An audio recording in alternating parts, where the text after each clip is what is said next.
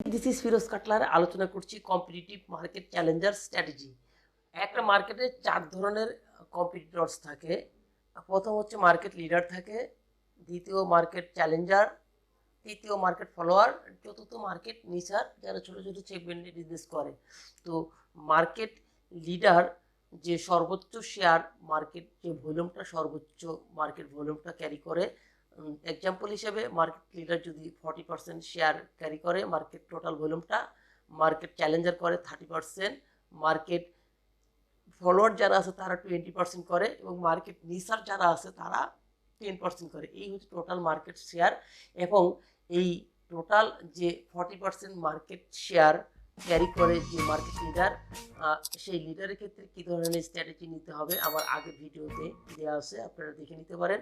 এবং আমি market Challenger যে আছে, যে 30% মার্কেট শেয়ার ক্যারি করছে, যারা যারা ক্যারি করছে তাদের ক্ষেত্রে কী ধরনের স্ট্র্যাটেজি নেওয়া উচিত, এই ধরনের স্ট্র্যাটেজি নিয়ে আলোচনা করছি। মার্কেট চ্যালেঞ্জার কম্পিটিটিভ স্ট্র্যাটেজি, এই কম্পিটিটর উইন উইন সিচুয়েশনে, অর্থাৎ এখানে কেউ যদি কারোর চেয়ে একটু দুর্বলতা প্রকাশ করে সে তার জায়গা নিতে। মার্কেট চ্যালেঞ্জার যদি একটু দুর্বলতা প্রকাশ করে, একটু দুর্বল হয়ে যায়, মার্কেট ফলোয়ার কিন্তু মার্কেট চ্যালেঞ্জারের জায়গায় চলে আসবে। তো প্রত্যেকের অবস্থান থেকে অত্যন্ত সেন্সিটিভ এবং গুরুত্বপূর্ণ জায়গাগুলো ক্যারি করে। তো সে যদি তার জায়গাটাকে ধরে রাখতে চায় অবশ্যই সেখান থেকে তার স্ট্র্যাটেজি নিতে হবে এবং তার জায়গা থেকে আপওয়ার্ড সামনের দিকে যদি সে অ্যাটাক করে মার্কেট লিডারকে, তো সেক্ষেত্রে তার যে স্ট্র্যাটেজিগুলো নিতে হয় সেগুলোই আলোচনা করছি। মূলত প্রথমত 3টা জিনিস নিয়ে মার্কেট চ্যালেঞ্জার কাজ করবে। প্রথম হচ্ছে যে অ্যাটাক দ্য মার্কেট লিডার, প্রথমেই তার টার্গেট হচ্ছে মার্কেট লিডারকে কীভাবে অ্যাটাক করা যায়।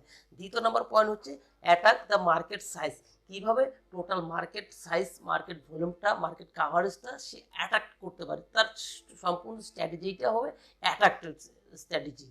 তো 3 নম্বর পয়েন্ট হচ্ছে সে অ্যাটাক করবে সাম লোকাল সেগমেন্ট, সাম জিওগ্রাফিক্যাল লোকাল সেগমেন্টে সে টার্গেট করবে। অর্থাৎ মার্কেট চ্যালেঞ্জার যে আছে সে মার্কেট লিডারের যে টোটাল মার্কেট শেয়ার সে একবারে নিতে পারবে না, সে টার্গেট করবে যে এরকম এরকম ছোট ছোট মার্কেটকে টার্গেট করবে। ধরা যায় যে বাংলাদেশের সমগ্র একটা মার্কেট, প্রথমে সে রাজশাহী অঞ্চলকে টার্গেট করলো, তারপর সে চিটাগাংকে টার্গেট করলো, তারপরে সে বরিশালকে টার্গেট করলো। এরকম মার্কেটকে সেগমেন্টকে একটা টার্গেট করে একটা করে উইংসে যখন একটা সাকসেস আসবে তখন সে আরেকটা মার্কেটে টার্গেট করার জন্য সে তার স্ট্রেংথটা অনেক বেশি হবে। তো এইভাবে মার্কেট যে চ্যালেঞ্জার আছে সে কাজ করে। তো তার জন্যে সে 60টা স্ট্র্যাটেজি নিতে পারে। স্ট্র্যাটেজিটা ডিপেন্ড করে ওই প্রতিষ্ঠানের যে মার্কেটিংয়ের সেলসের যে এনভায়রনমেন্ট সেটার উপর ডিপেন্ড করে। তো এর মধ্যে যেগুলো স্ট্র্যাটেজি অথবা যেগুলো সে অ্যাকসেপ্টেবল তার কাছে সেগুলো নিতে পারে। প্রথমত হচ্ছে ফ্রন্টাল অ্যাটাক স্ট্র্যাটেজি। খুবই কমই কোম্পানি আছে যারা সামনের দিক থেকে মার্কেট লিডারকে কম হিট করে। তো এটা অনেক ডিফিকাল্ট একটা স্ট্র্যাটেজি যে মার্কেট লিডারকে সামনের দিক থেকে হিট করছে। অর্থাৎ মার্কেট লিডার মার্কেটের যে সুযোগ সুবিধা দিচ্ছে এই সুযোগ সুবিধা তার চেয়ে বেশি সুযোগ সুবিধা মার্কেট চ্যালেঞ্জার দিচ্ছে। তো মার্কেট চ্যালেঞ্জার যদি তার চেয়ে বেশি সুযোগ সুবিধা দেয় তার বিজনেস উইংটা তো ওরকম জায়গা থাকতে হবে, তার বিজনেস প্রফিটেবল তো হতে হবে। তো সেই জায়গার থেকে যে দেওয়াটা অনেক কঠিন। সেক্ষেত্রে মার্কেট চ্যালেঞ্জার প্রাইস কাট করে, ডিসকাউন্ট, প্রমোশন এই টুলসগুলো ব্যবহার করে সে সামনে থেকে মার্কেট লিডারকে হিট করতে পারে, অ্যাটাক করতে পারে। সেকেন্ডলি ফান্ড অ্যাটাক স্ট্র্যাটেজি, এখানে জিওগ্রাফিক্যাল এক্সপ্রেশন হতে পারে। ওটা হচ্ছে স্পটগুলোতে, উইক স্পটগুলোতে পাঁচর দিয়ে, সাইড দিয়ে, মানে বিভিন্ন যে সাইটগুলো হয়তো মার্কেট লিডার চিন্তাও করে রাখেনি যে কম্পিটিটরস এই জায়গা আমার আঘাত করতে পারে। বিভিন্ন ইন্টারনাল বিষয় আছে যে মার্কেট লিডারে অনেক ইন্টারনাল বিষয়গুলো থাকে। এই যে সাইটগুলোতে মার্কেট যে চ্যালেঞ্জার আছে সে হিট করতে পারে, অ্যাটাক করতে পারে। 3 নম্বর পয়েন্ট হচ্ছে increment attack strategy.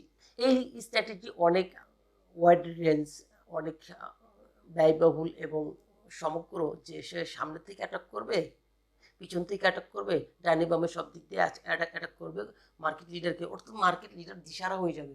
Market leader চিন্তাও করতে পারবে না যে কখন কোন দিক দিয়ে মার্কেট চ্যালেঞ্জার আমাকে অ্যাটাক করতে পারে। এই স্ট্র্যাটেজি অনেক মারাত্মক একটা স্ট্র্যাটেজি। 4 নম্বর পয়েন্ট হচ্ছে বাইপাস ডিফেন্সিভ স্ট্র্যাটেজি। এই স্ট্র্যাটেজি হচ্ছে বাইপাস, যে প্রোডাক্ট নিয়ে কাজ করছে এই প্রোডাক্ট দিয়ে হচ্ছে না, একটু এর আনরিলেটেড একটা প্রোডাক্ট বের করে কম্পিটিটরসকে ধাক্কা দেব, এই আনরিলেটেড একটা প্রোডাক্ট বের করে মার্কেট লিডারকে একটা ধাক্কা দেব, ধাক্কা দিয়ে আমি উঠে আসবো। তো এই ধরনের স্ট্র্যাটেজি হচ্ছে বাইপাস স্ট্র্যাটেজি।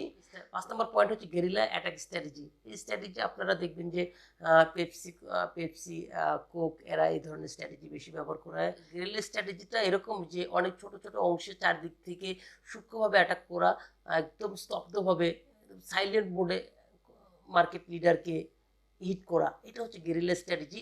তো এই স্ট্র্যাটেজি পেপসি কোক এই স্ট্র্যাটেজিগুলো এরা বেশি ব্যবহার করে থাকে। 6 নম্বর পয়েন্ট হচ্ছে counter offensive strategy. Counter offensive strategy বলতে মার্কেট চ্যালেঞ্জার যদি মনে করে যে আমি একটা বিগ ভলিউম নিয়ে বিগ বাজেটে কাউন্টার দেবো তাকে, তো বিশাল একটা ডিসকাউন্ট দিয়ে দেবো, বিশাল একটা প্রাইস নিয়ে, তো মার্কেট চ্যালেঞ্জার যদি মনে করে যে আমি বিশাল একটা ডিসকাউন্ট, বিশাল একটা লো প্রাইস মার্কেটে ছাড়বো, অথবা বিগ বাজেটে আমি মার্কেটে প্রোডাক্ট লঞ্চ করব, এরকম একটা চিন্তা করে যদি মার্কেট চ্যালেঞ্জার যদি এরকম একটা স্ট্র্যাটেজি নেয়, সেটা হবে যে কাউন্টার অফেন্সিভ স্ট্র্যাটেজি, যে কাউন্টার দেবো চারদিকে, যে কুল কিনারে পড়বে না সে, যে চারদিক থেকে যে এমন একটা কাউন্টার দেবো মার্কেট লিডার কোনোভাবে দিশে না পেয়ে সে সরে আসবে, এরকম একটা স্ট্র্যাটেজি হতে পারে। 7 নম্বর পয়েন্ট হচ্ছে contraction attack strategy. Contraction attack strategy হচ্ছে market challenger, market follower, market nicher এদের সাথে একটা সমন্বয় করে একটা যুক্তি পরামর্শ করে যে মার্কেট লিডারকে কিভাবে নামানো যায়, মার্কেট লিডারকে কিভাবে মানে আঘাত করা যায়, সেক্ষেত্রে তারা কন্ট্রাকশন স্ট্র্যাটেজি ব্যবহার করতে পারে।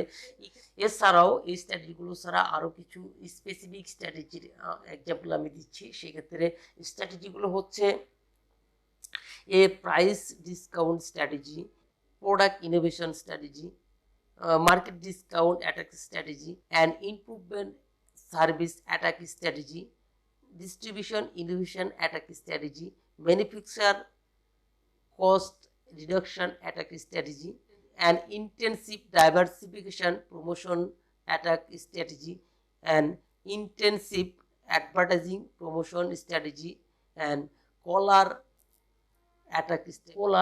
Attack strategy. এটা মূলত যে প্যাকেজিংটা একটু স্লাইড পরিবর্তন করে একটু অ্যাট্রাকটিভ করে মার্কেট লিডারকে আঘাত করা। Imitators attack strategy. Imitators by the attack strategy, এটা হচ্ছে যে মার্কেট লিডারের যে কনসেপ্টগুলো সেগুলো কপি করে মার্কেট লিডারকে আঘাত করা।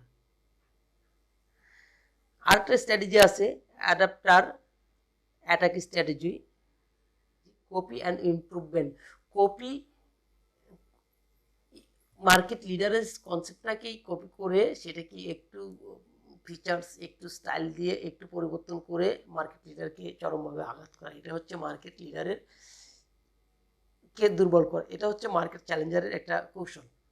Side by side market challenger কিন্তু তার যে এক্সিস্টিং পজিশন আছে মার্কেট চ্যালেঞ্জার, এই পজিশনটাকে ধরে রাখার জন্য কিন্তু বিভিন্ন স্ট্র্যাটেজি তাকে নিতে হবে, অর্থাৎ এই তার যে এক্সিস্টিং যে মার্কেটটা, এই মার্কেটটা ডেভেলপ করতে হবে, এই মার্কেটে নতুন কাভারেজ করতে হবে, নতুন ইউজার তৈরি করতে হবে, নতুন মার্কেট তৈরি করবে, নতুন চ্যালেঞ্জ তৈরি করতে হবে, অ্যাসেটমেন্ট তৈরি করতে হবে।